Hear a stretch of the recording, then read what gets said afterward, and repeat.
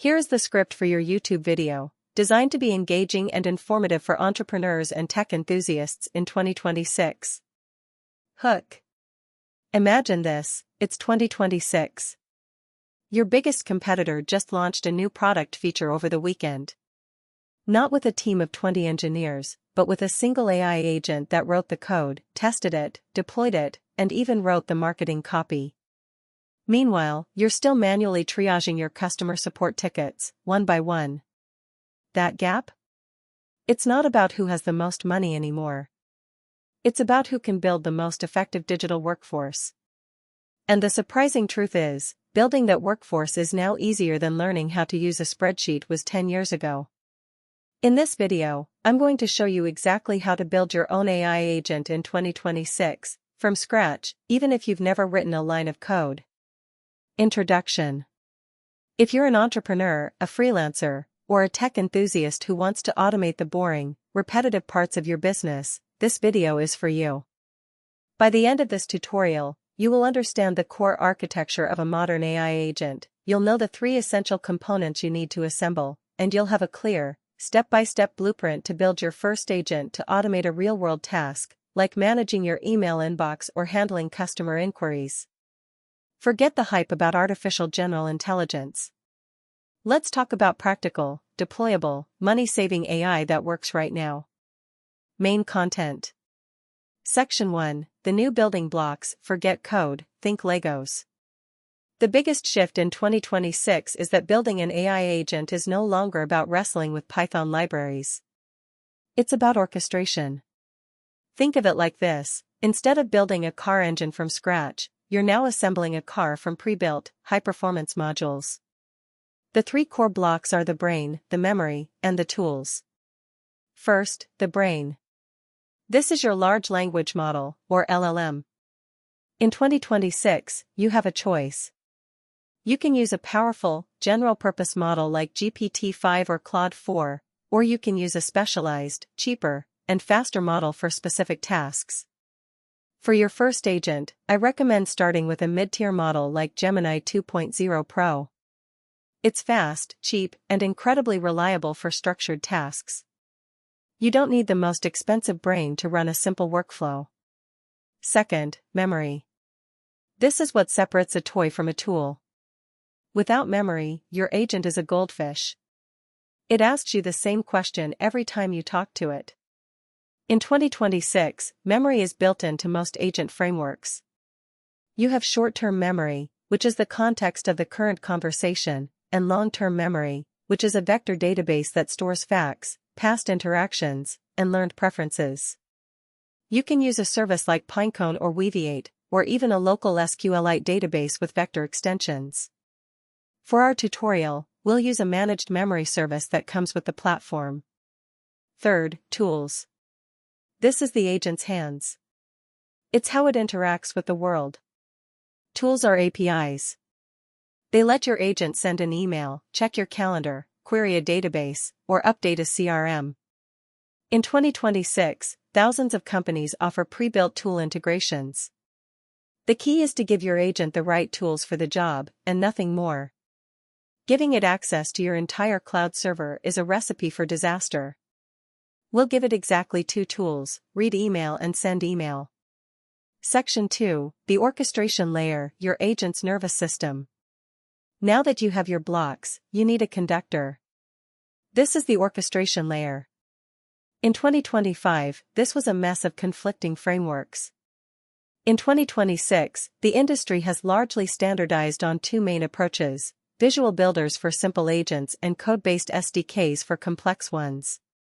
For this tutorial, we'll use a visual builder called FlowForge, which is the most popular no-code agent builder. But the principles apply to any system. Open FlowForge. The interface is a blank canvas. Your first step is to define the agent's objective. This is a simple sentence that tells the agent what it is and what its goal is. For our email assistant, we write, "You are an executive assistant. Your primary goal is to manage my inbox. You will categorize every incoming email into one of 3 categories, urgent, needs review, or spam. For urgent emails, you will draft a brief acknowledgement reply and move the email to a urgent folder.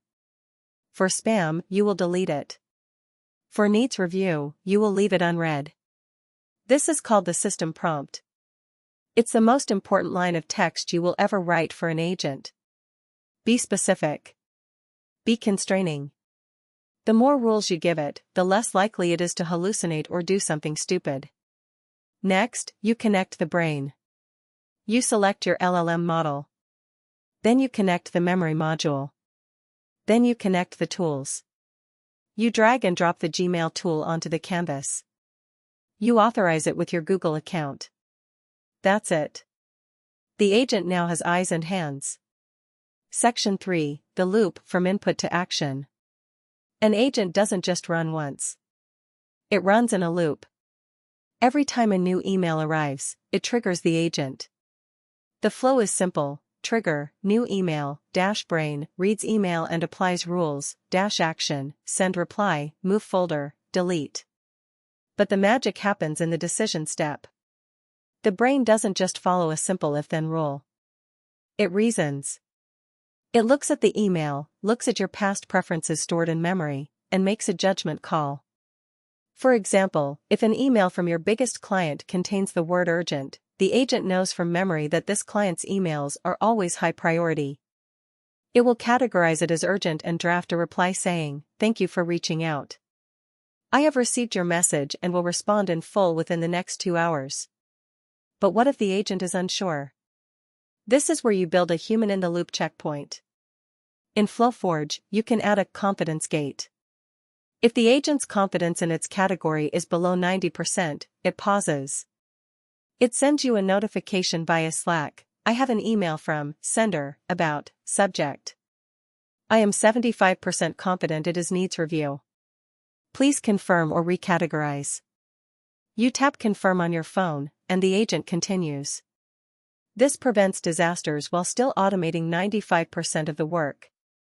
Section 4, testing and deployment, the first 24 hours. You don't just turn the agent loose on your real inbox. You test it on a sandbox. In FlowForge, you create a test email address. You send it a dozen sample emails, a fake urgent client email, a spammy newsletter, a casual question from a colleague. You watch the agent's decisions. Did it delete the spam? Did it draft a good reply? Did it move the urgent email? You will see mistakes. That's normal. You go back to the system prompt and refine it. For instance, you might add, if the email contains an attachment named invoice, always categorize it as needs review, never as spam. You iterate. After about 10 test runs, the agent will be performing at 99% accuracy for your specific use case. Then, you deploy. You connect it to your real inbox. But you start in monitor-only mode.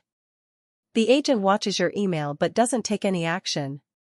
It just sends you a daily report: "Today I would have categorized 45 emails as spam, 10 as urgent, and 15 as needs review." You review this for a day. If you agree with its decisions, you flip the switch to active. Now it's working for you, 24/7, without sleep, without complaints, without asking for a raise. Summary. Let's recap what you've learned. First, you don't need to be a programmer to build an AI agent in 2026. You just need to understand the 3 building blocks: a brain, the LLM, memory, the database, and tools, the APIs. Second, you use an orchestration layer, like FlowForge, to connect these blocks and define the agent's behavior with a clear, specific system prompt. Third, you build a loop where the agent triggers, reasons, and acts, with a human in the loop for low-confidence decisions. And finally, you test relentlessly in a sandbox before deploying to production. This is not science fiction. This is a tutorial you can follow right now, today. Call to action. Now, I want to hear from you. What is the one task you would automate first? Is it managing your inbox, scheduling meetings, or something else entirely? Drop a comment below and tell me your use case. I read every single comment and I'll reply with a tip specific to your idea. If you found this valuable, hit that subscribe button and turn on the notification bell. I release a new deep dive on practical AI automation every single week. The future of work isn't coming. You just built it. See you in the next video.